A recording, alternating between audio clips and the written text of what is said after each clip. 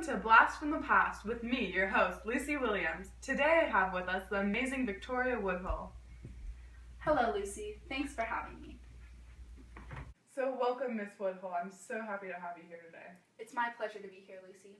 So, you were one of the most talked about women in the 1870s. You ran for president, and you were a very strong women's rights activist. Yes, that's right. So, I know you didn't come from a very wealthy family, so what really helped you get your start? Well, I was working as a fortune teller and spiritual advisor for philanthropist Cornelius Vanderbilt in 1870, and in exchange, he helped me and my sister, Tennessee, start our very own brokerage house. So now you had your own brokerage firm, and you were the first one of the women owned on Wall Street, am I correct? Yes, it was called Woodhull-by and Company. Wow, so what got you into women's rights?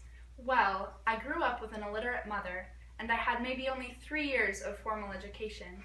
So in 1870, my sister Tennessee and I started Woodhull and Claflin's Weekly, a newspaper where we promoted women's rights and labor reforms. Okay, so here I have a passage from the December 3rd, 1871 column, where you write, "Freedom for a man is emancipation from degrading conditions, which prevent the expansion of his soul into godlike grandeur and nobility, which is assumed is his natural tendency in freedom.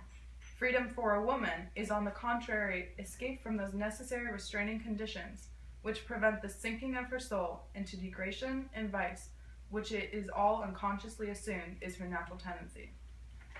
So that's a very powerful piece where you express your personal thoughts and beliefs.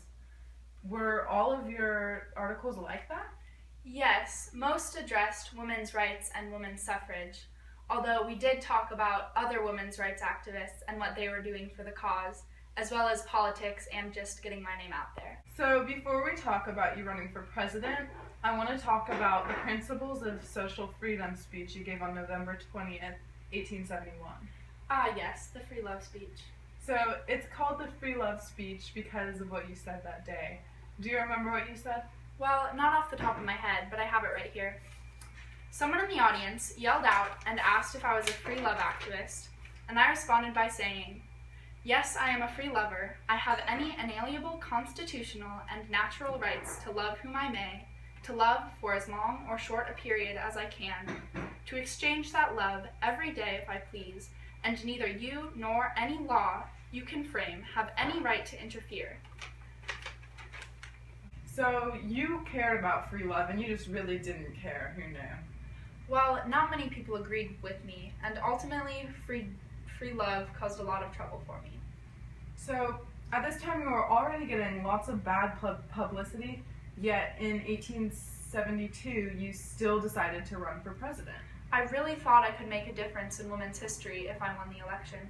So you ran for president, yet on election day you were in jail, so no votes were actually counted for you. Is that correct?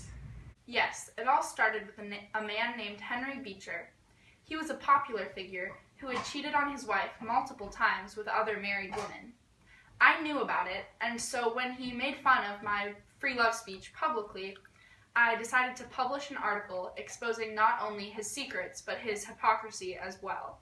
And to make matters worse, a man named Anthony Comstock convinced Congress to pass a law making it illegal to send obscene materials through the mail.